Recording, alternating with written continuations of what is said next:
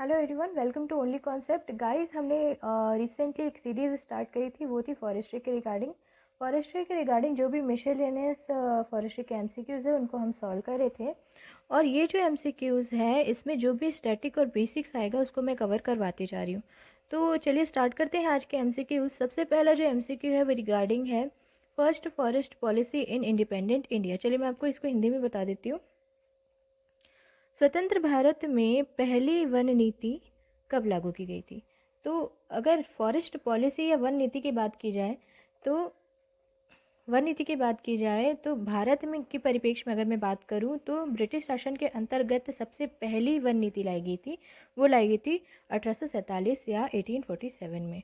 और उसके बाद जब भारत को आज़ादी मिली तो 1952 में पहली जो वन नीति थी भारतीय की, जो कि स्वतंत्र भारत की थी, वो 1952 में आई। तो आपको ये याद रखना है कि 1952 में पहली वन नीति लाई गई थी और लागू की गई थी भारत में।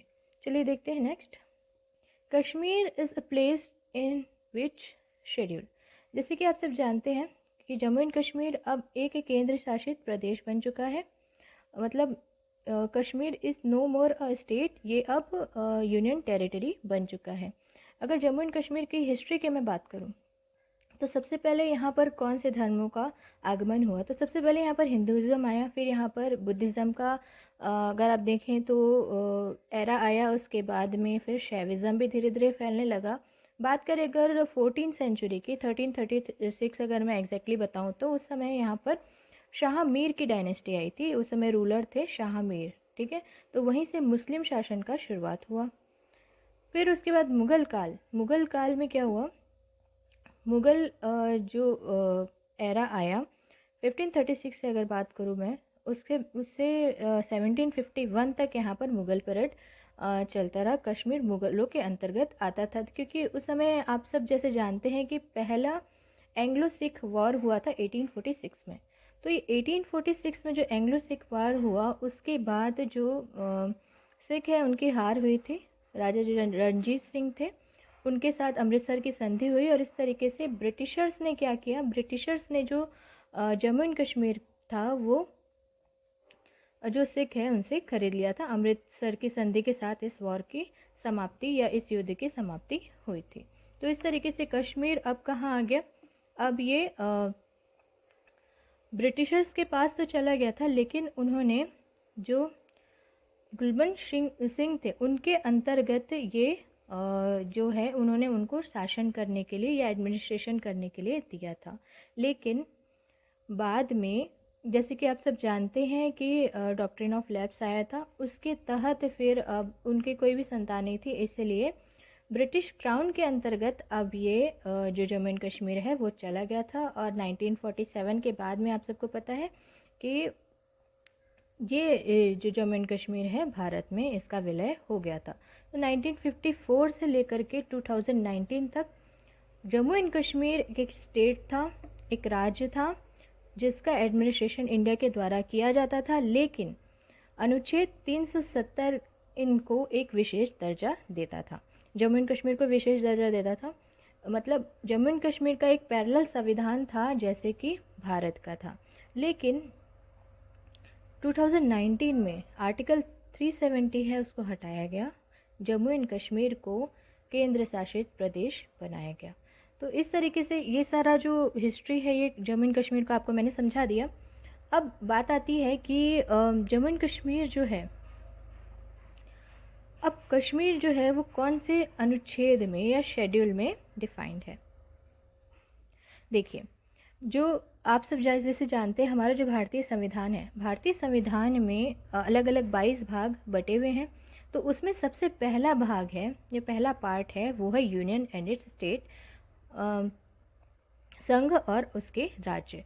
तो उसमें जो पहली अनुसूची है, ठीक है, पहला शेड्यूल है, उसके अंदर जितने भी स्टेट होते हैं या यूनियन टेरिटरीज होती हैं उनका नाम डिफाइन होता है। इसी तरीके से कश्मीर भी शेड्यूल 1 में डिफाइंड है। चलिए देखते हैं नेक्स्ट। प्रोजेक्ट एलिफेंट की शुरुआत कब हुई?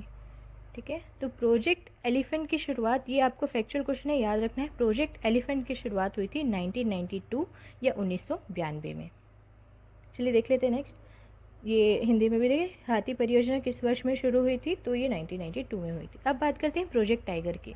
अब ये सारे प्रोजेक्ट क्यों लेकर आए गए, क्योंकि हमको पता है कि मैक्सिमम जो हैबिटाट लॉस के कारण कई ऐसे स्पीसीज़ होते हैं, ठीक है, उनका जो एक्सटिंक्शन में होने लगता है। इन एक्सटिंक्शन होते हुए जो भी जीव होते हैं उनका प्रभाव सीधा सीधा हमारे एनवायरनमेंट या पर्यावरण पे पड़ता है।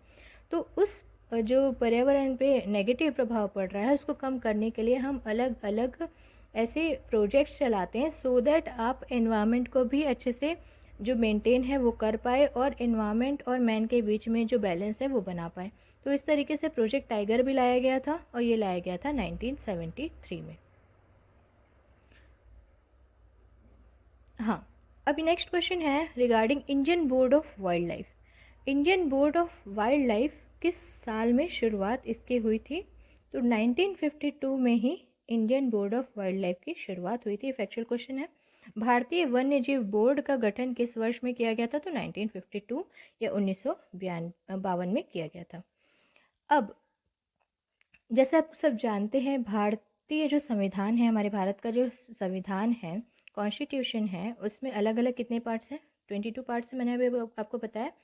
उसी तरीके से केंद्र और राज्यों के मध्य जो भी संबंध होंगे वो 3 तरीके के होते हैं। लेजिस्लेटिव होते हैं, मतलब विधायी संबंध होते हैं, एडमिनिस्ट्रेटिव मतलब प्रशासनिक संबंध होते हैं, और फाइनेंशियल मतलब वित्तीय संबंध होते हैं। तो इसी तरीके से एक होता है लेजिस्लेटिव, ठीक है। लेजिस्लेटिव या विधायी जो संबंध होता है केंद्र और राज्य के बीच में, मतलब यूनियन और स्टेट के बीच में, तो इस इसका मतलब ये होता है कि अब जो स्टेट है या केंद्र है उनको कौन कौन से विषय में कानून बनाने की जो शक्ति है या पावर है। तो ये है आर्टिकल 246 ऑफ इंडियन कॉन्स्टिट्यूशन में।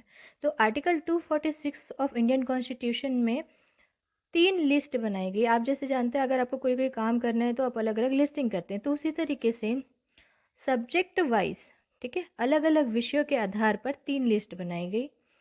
एक लिस्ट थी यूनियन लिस्ट, मतलब केंद्र के लिए सूची, ठीक है, संघ सूची। और उसके बाद है राज्य के लिए, राज्य जिन विषयों पे कानून बना सकेंगे उसके लिए राज्य सूची। और समवर्ती सूची, समवर्ती मतलब कॉन्करेंट लिस्ट, कॉन्करेंट लिस्ट मतलब ऐसे सब्जेक्ट जिस पर दोनों ही कानून बना सकते हैं। तो ये क्वेश्चन इस बात पर आधारित है कि फॉरेस्ट को समवर्ती सूची में कब शामिल किया गया और वो कौन सा संविधान संशोधन था, ठीक है। तो आपको ये याद रखना है कि ये 42वां संविधान संशोधन था जो कि 1976 में लाया गया था। उसके तहत वन या फॉरेस्ट को समवर्ती सूची या कॉन्करेंट लिस्ट में डाल दिया गया। आई होप आपको समझ में आएगा, इसलिए मैं बैकग्राउंड से लेकर के आपको बताते जा रही हूँ। चलिए देखते हैं नेक्स्ट। तो किस संशोधन से वन को समवर्ती सूची में शामिल किया गया, तो ये हुआ है 42वें संविधान संशोधन 1976। चलिए देखते हैं नेक्स्ट। हाँ, अब आप सब जानते हैं कि नेशनल पार्क और वाइल्ड लाइफ सेंचुरी, जैसे राष्ट्रीय वन और वन्यजीव अभ्यारण्य, ठीक है, ये सारे हर एक स्टेट में होते हैं, है ना। हर एक स्टेट में आपको वाइल्ड लाइफ सेंचुरी या अभ्यारण्य भी मिल जाएंगे, राष्ट्रीय उद्यान भी मिल जाएंगे। कई बार ऐसा होता है कि बायोस्फीयर रिजर्व्स भी होते हैं, लेकिन बायोस्फीयर रिजर्व्स सिर्फ 11 हैं। तो उसी तरीके से आपको याद रखना है, सॉरी, बायोस्फीयर रिजर्व्स 18 है। तो इसी तरीके से नेशनल पार्क और वाइल्ड लाइफ सेंचुरी ये बनाने का प्रावधान किस अधिनियम में किया गया है, ठीक है। किस अधिनियम से ये कॉन्सेप्ट आया कि अब आपको राष्ट्रीय उद्यान बनाना चाहिए, वाइल्ड लाइफ सेंचुरी बनानी चाहिए या वन्यजीव अभ्यारण्य बनाने चाहिए, तो ये आया था वाइल्ड लाइफ प्रोटेक्शन एक्ट, ठीक है, वाइल्ड लाइफ प्रोटेक्शन एक्ट 1971 से, ठीक है। याद रखना है आपको, वन्यजीव संरक्षण अधिनियम 1971 से ये कॉन्सेप्ट आया कि अब आपको राष्ट्रीय उद्यान और वन्यजीव अभ्यारण्य बनाने हैं। चलिए देखते हैं next. National tiger conservation authority wild life protection act में कहाँ पर है, ये आपको बताना है। राष्ट्रीय बाघ संरक्षण प्राधिकरण वन्यजीव संरक्षण अधिनियम में किस अध्याय में है, किस चैप्टर में है, तो ये आपको याद रखना है कि ये है 4B में। किसमें, ये सब देखिए आप रोमन में लिखा है ये, तो हम आप सब जानते हैं जैसे चैप्टर्स होते हैं हम उसको रोमन में लिखते हैं, तो रोमन में लिखा है 4B, तो 4B आपको याद रखना है। सेंट्रल जू अथॉरिटी अब कहाँ पर है, तो ये है 4A में। या केंद्रीय चिड़ियाघर प्राधिकरण कहाँ पर है वन्यजीव संरक्षण अधिनियम में, तो ये है 4A में। तो उसी तरीके से जो वाइल्ड लाइफ प्रोटेक्शन एक्ट है उसमें कितने चैप्टर्स हैं, ये लास्ट क्वेश्चन है आज के सीरीज़ का। तो उसमें 7 चैप्टर्स हैं और 6 शेड्यूल्स हैं, ठीक है। 7 जो अध्याय हैं और 6 अनुसूचियाँ हैं वन्यजीव संरक्षण अधिनियम में। आई होप आपको लेक्चर पसंद आया होगा। अगर आप चाहते हैं कि मैं लेक्चर कंटिन्यू करूँ तो आप वीडियो को लाइक करिएगा एज वेल एज चैनल को सब्सक्राइब करिएगा। Thank you.